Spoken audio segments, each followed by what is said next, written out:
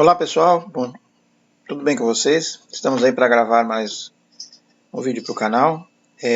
Esse vídeo é o primeiro de uma série que eu pretendo gravar sobre a reforma tributária, a emenda constitucional 132 de 2003. Apesar dela não estar ainda totalmente em vigência, né, estar começando seus primeiros passos, foi aprovada, foi homologada, aliás, teve o Congresso, né, aprovou no Senado, na Câmara, e também promulgou, esse é o termo correto, promulgou ela vai começar a afetar as relações comerciais e dos empreendedores a partir de 2026, efetivamente. Porém, até lá, uma série de medidas e outras legislações devem entrar em vigor. Então, para isso, eu vou fazer alguns vídeos, e esse é o primeiro, sobre o assunto, tá?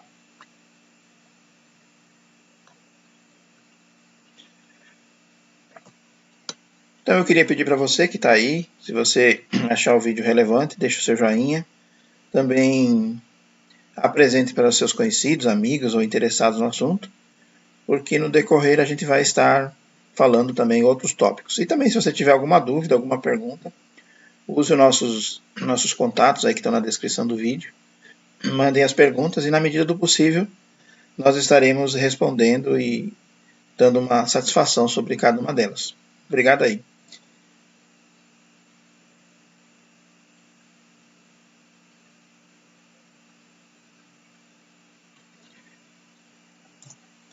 Então, antes de entrarmos especificamente no novo regime, eu queria expor um pouquinho do atual regime no qual o Brasil vive, né? Esse regime, a forma de apuração de impostos, ele foi mais ou menos consolidado na Constituição de 1946, com a separação dos tributos de competência da União, dos estados e municípios. Então, a partir daí foi se construindo, basicamente até 1934, os impostos eram federais e estaduais. Municipal eram bem reduzidos, apenas alvarás, pequenos tributos. E a maior parte era arrecadada pelos estados e pela União. Mas a partir de 1946 já houve o repasse para os municípios do que hoje é chamado de ISS, na época era chamado de impostos sobre atividades, serviços, né, e licenças. Então eles acabavam tendo essa tributação, porém não nos moldes que nós conhecemos hoje o ISS, tá? Em 1967 a legislação ela ficou muito semelhante ao que nós temos hoje, e a Constituição de 1978, então ela deixou bem claro as competências e as atribuições e os entes que podem fazer a cobrança de cada um dos tributos.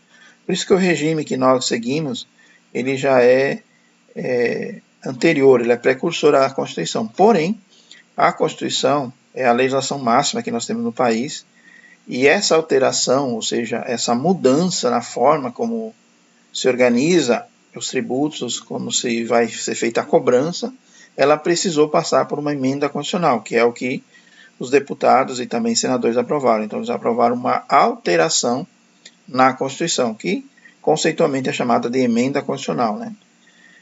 Dentro dessa emenda, uma coisa que é bem importante, que eu queria destacar, que a gente não sabe ainda quais vão ser os reflexos disso, é que no artigo 1º da nossa Constituição está descrito assim, que o Brasil é uma república federativa, formada pela união dissolúvel dos estados e municípios e do Distrito Federal. Essa reforma ela vai afetar principalmente essa república federativa. Por quê?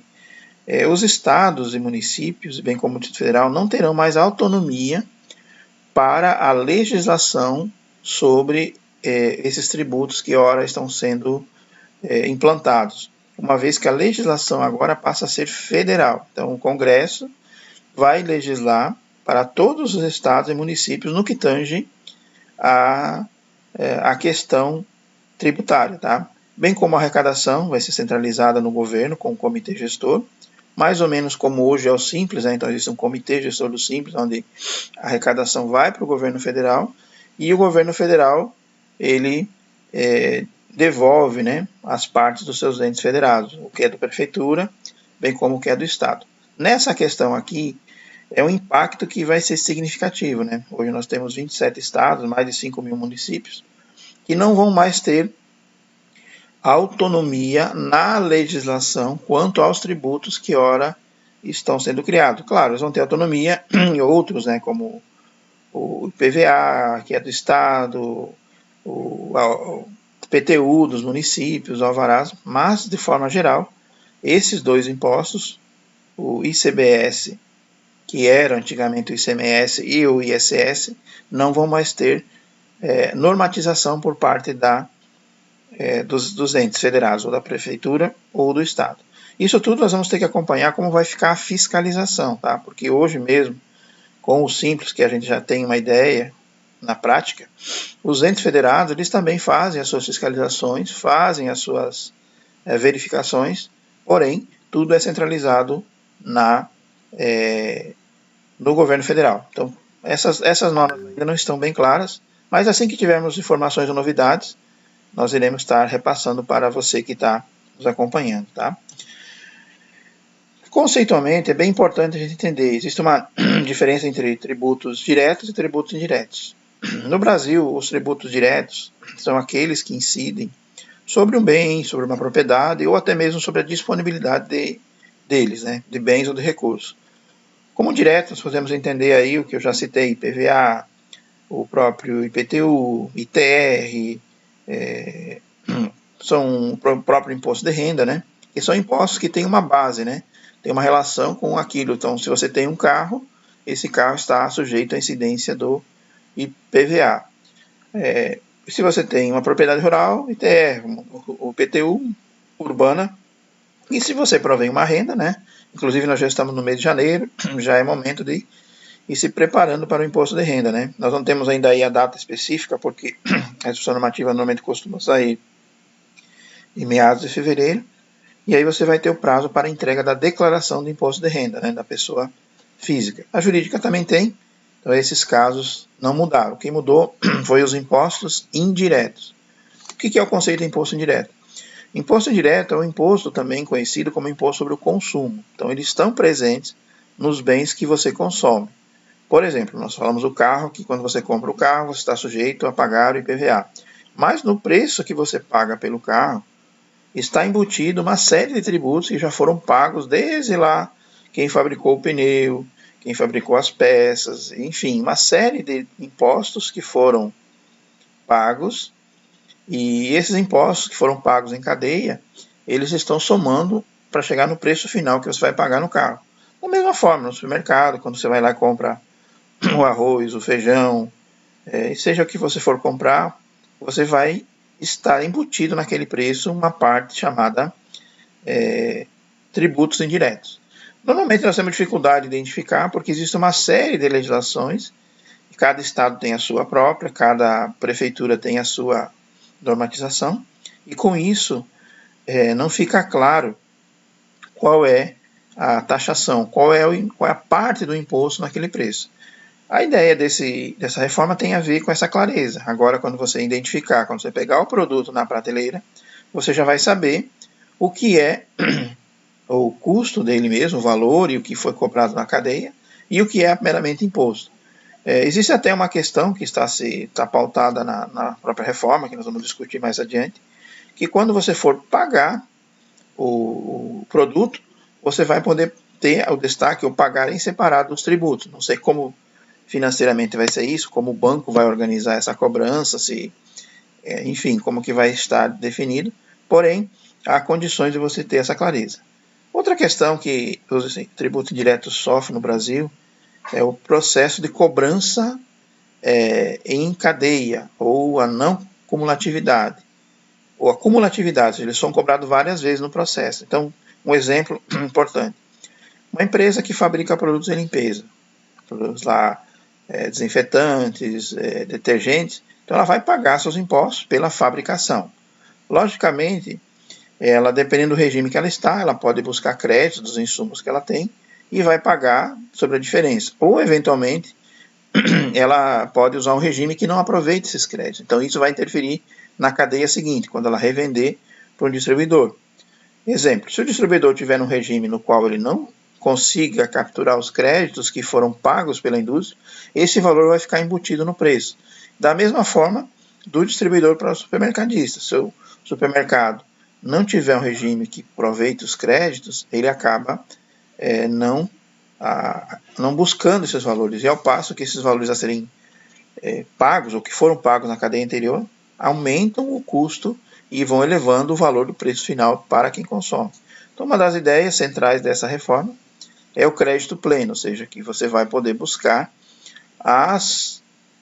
os valores já pagos em etapas anteriores. Tudo isso é uma questão de apontamentos, de ideias, de princípios que estão na base da emenda constitucional, porém nós dependemos do que chamamos de uma lei complementar. Então, depois da Constituição, que é o que foi aprovado, que foi que está já em vigor, né, promulgado, agora precisa existir as leis complementares, que são leis que vão dizer ou que vão nortear a base dos impostos. Então, cada tributo que existe no Brasil, existe uma lei complementar específica que vai dar as diretrizes e almeja o que vai poder ser feito através desse tributo, para que ele serve, como ele vai ser cobrado, base de cálculo e alíquota. Então, tudo isso hoje não está claro.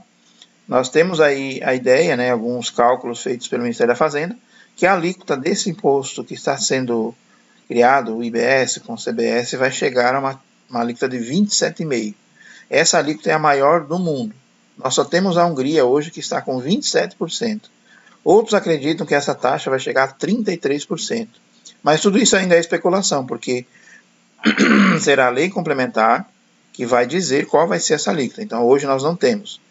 A promulgação da emenda constitucional, ela diz lá que em 90 dias a República, ou seja, o governo federal vai propor ou vai enviar ao Congresso a lei complementar para dar as diretrizes desses impostos. Então, até lá nós temos que aguardar, e mesmo depois que o governo enviar, temos que aguardar a aprovação.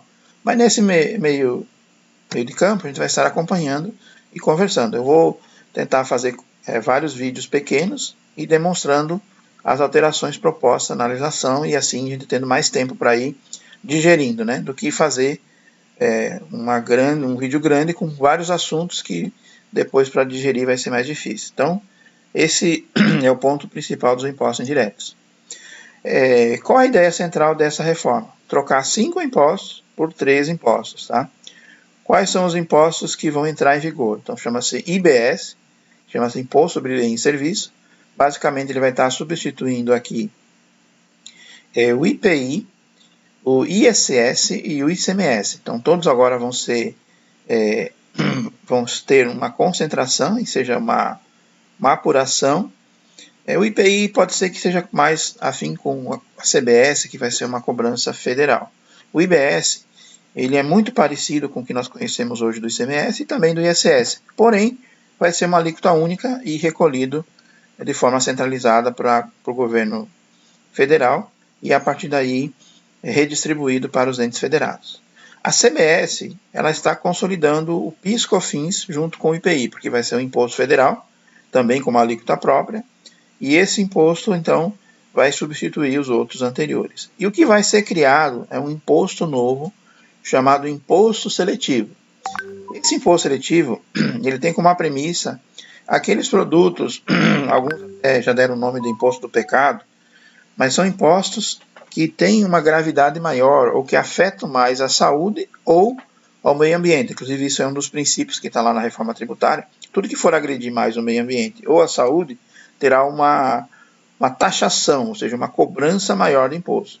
Os outros impostos, está bem claro na lei, não serão base de cálculo para o IS, imposto seletivo, mas vai ser algo que será aplicado. A gente já tem bem claro como bebidas, bem como cigarros, e aí no decorrer nós temos que avaliar quais os itens que vão ser incluídos nessa lista, tá? Então tudo isso ainda vai precisar ser construído. Quais os impostos que vão deixar de existir? Então é um processo gradativo. O IPI, PIS, COFINS, ICMS e também o ISS. Então essa alteração, ou seja, essa mudança, ela é gradativa. Por isso que nesse primeiro momento vai existir uma grande confusão e até um aumento da carga, do trabalho em relação a isso. Por quê?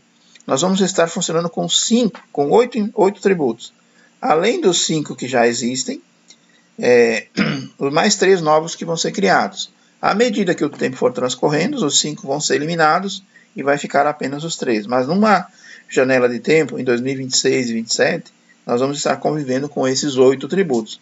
Até 27, a princípio, a legislação prevê o fim do IPI, PIS e COFINS, que são os federais. E o ICMS, o ISS vai sendo progressivo. Vai demorar 10 anos até que seja totalmente extinto esses 2 impostos. Então vai haver um processo onde você vai ter o IBS, o ISS e mais o ISS. Então vão ser os conjuntos. Aí no final você vai poder ficar apenas com esses, ou a ideia é ficar apenas com esses 3. Mas até lá, tudo vai ser um processo, uma construção. Legal?